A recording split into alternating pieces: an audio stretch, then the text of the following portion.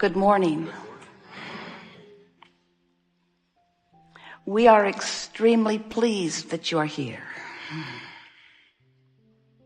It is good to come together for the purpose of co-creating. Do you agree? Yes. You're knowing what you're wanting? It moves about, yes? Are you enjoying the idea of desire?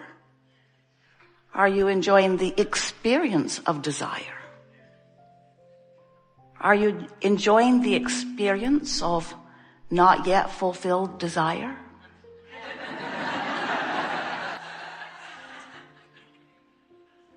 That's the rub, isn't it? Well, we like to ask because when your life and the variety that you are living causes you to give birth to a desire, there is a buffer of time between the birthing of the clarity of the desire and the manifestation of it, usually. And if during that buffer of time you are sure it's going to happen, then the desire fuels you. It's like life-giving. But if during that interim you doubt it, or you worry about it, you don't believe it, you don't think it's possible, then the desire feels like a torturous friend. In other words, desires that you believe feel great. Desires that you doubt are just nagging, irritating. Have you ever heard yourself say, I wish I didn't want that. I felt better before I knew I wanted that. Because wanting it and not believing it doesn't feel good. But we want to say to you, you can't take the desire back. The desire can morph into something different. The desire can clarify into something more. But you cannot become less than what life has caused you to become. So when sifting through life, desires are born, and they are all day, every day. If you don't find a way to be a vibrational match to the new desire that is hatched, you have tension within you, vibrational tension. Vibrational tension is indicated to you by negative emotion. Vibrational alignment is indicated to you by good feeling, positive emotion. So just to be very clear about that, as you sift through the details of your life, knowing what you don't want, and therefore knowing what you do want, because there is a proportionate, equivalent other side of that wave, that vibrational wave every time. So if you really don't want something, you really want something.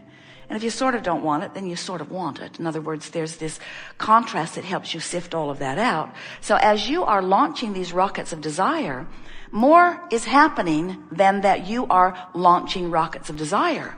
What's actually happening is the larger, non-physical, vibrational source energy part of you is immediately becoming the vibrational equivalent of your desire, because in the vibrational realm where we are, where the larger part of you is, there is no buffer between wanting and receiving fully. That resistance only exists out here on this leading edge. So when your life causes you in your physical form to ask for more, your inner being part of you, the God force part of you, becomes that new and improved version immediately. The question is, are you up to speed? Another question is, how long is it going to take you to get up to speed? Another question is, are you paying attention to your emotion, which helps you get up to speed? Another question you often ask is, how long is it going to take me to get up to speed? And we say, it's really a decision away. It's a decision, and the decision is, how much negative emotion or trauma am I willing to endure? Jerry looked up a word in the middle of the night on his computer dictionary, threshold. What's the threshold of pain that I'm willing to endure? Because their tolerance for pain is almost non-existent. They have parlayed themselves into a very good life, and they want things to go well.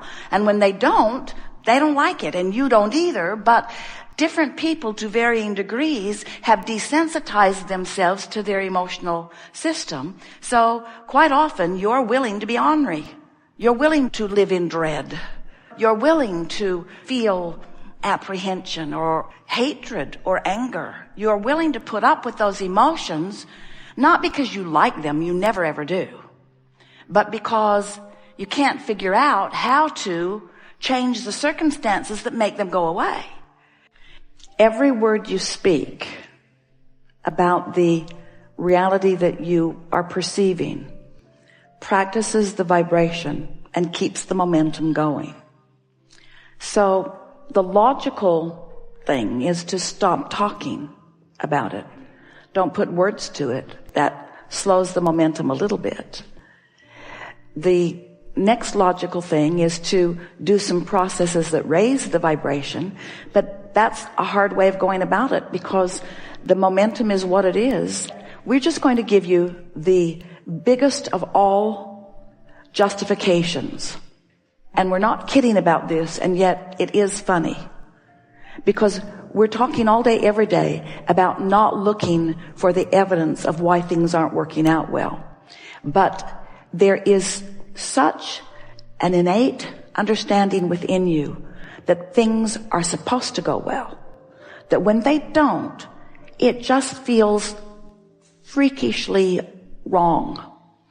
And that evokes from you, not just you, but everyone, a tendency to try to explain why you're where you are.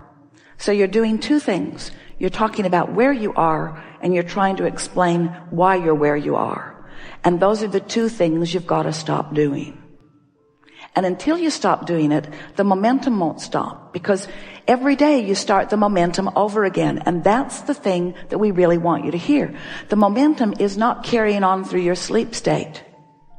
The momentum is broken up by moments of alignment, which we know you do have. But every day you start this negative momentum over again. And you've just been doing it long enough that the negative momentum will carry you not just through a day at the fair. Esther has been thinking a lot about Luke's day at the fair.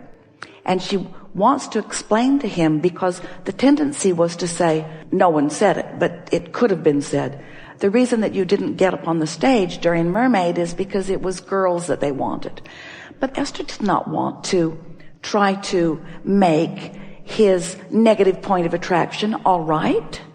His negative point of attraction gave him a terrible day. Well, the joints are rigged, honey. Well, it doesn't matter. You could live in a fair where all of the joints are rigged and you can still win stuff.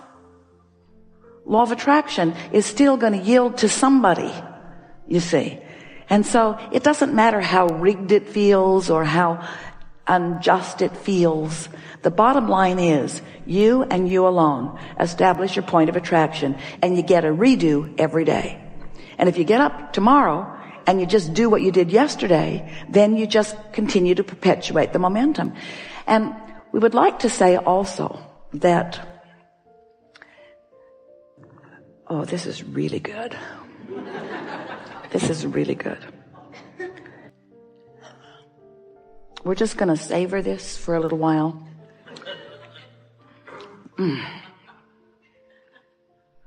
You can't get more than one day's negative momentum going.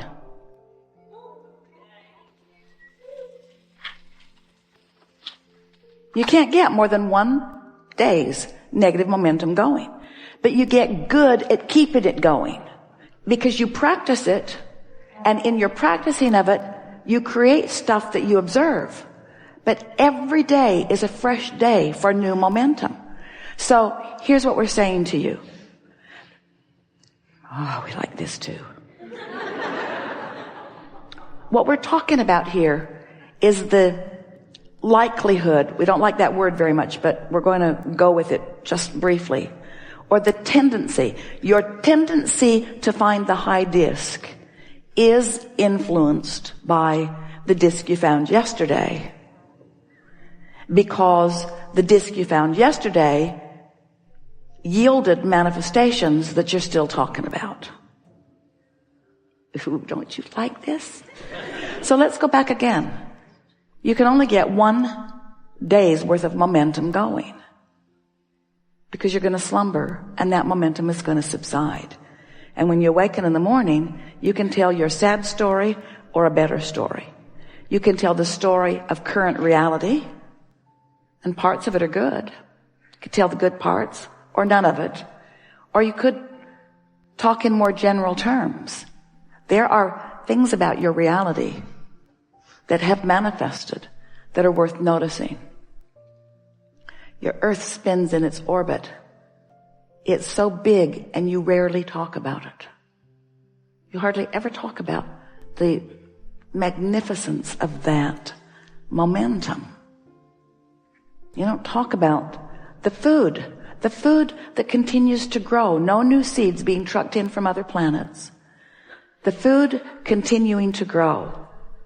The seed continuing to know what to do. The life force of the seed continuing to know what to do. We know that these things seem far from the things that are concerning you. But if you could get far from the things that are concerning you, you would stop that momentum. Now, we're going to explain something to you. Almost no one understands this. You're going to get it easily.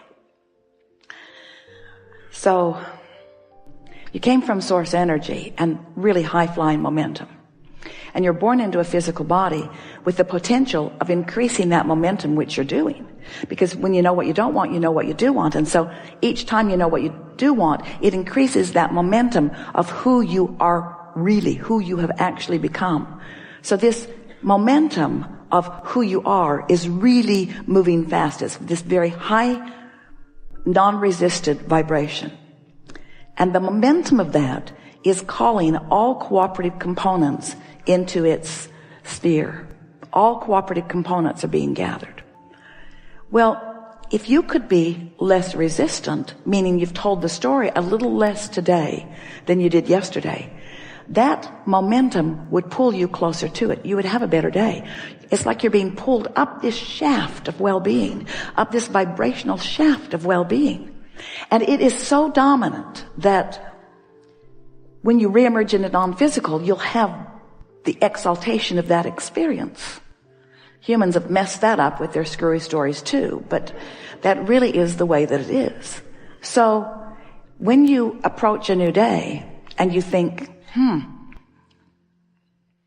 that high-flying vibration is calling me, and if I don't activate something in myself by focusing on it that is resistant in nature, then I'll easily move into it. I'll easily move into it. It's sort of like, how did the day at the fair get going? It's like, what happened first? It is so interesting to us that the whole thing started with a spinning wheel at the fair. In other words, the early moments sort of set the tone of how it's going to be.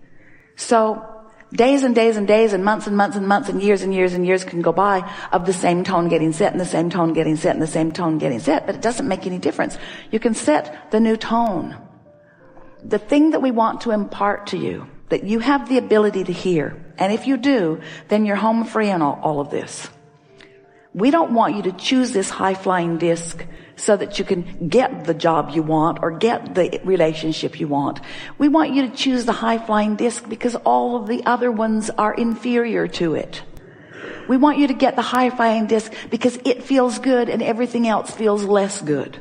We want the high-flying disc for you because that's where clarity and exhilaration and fun and joy and appreciation and love and vitality and clarity and all of those things that you really are. We want that for you. All the other stuff will come, but so what? The only reason you want the other stuff is so you'll have fun and appreciation and love and clarity and joy and all of that. That's the reason you want it anyway. So can't you just sort of cut through the justification of why you need to do that and just accomplish it a little more today, a little more tomorrow than you did today, and a little more the next day than you did this day?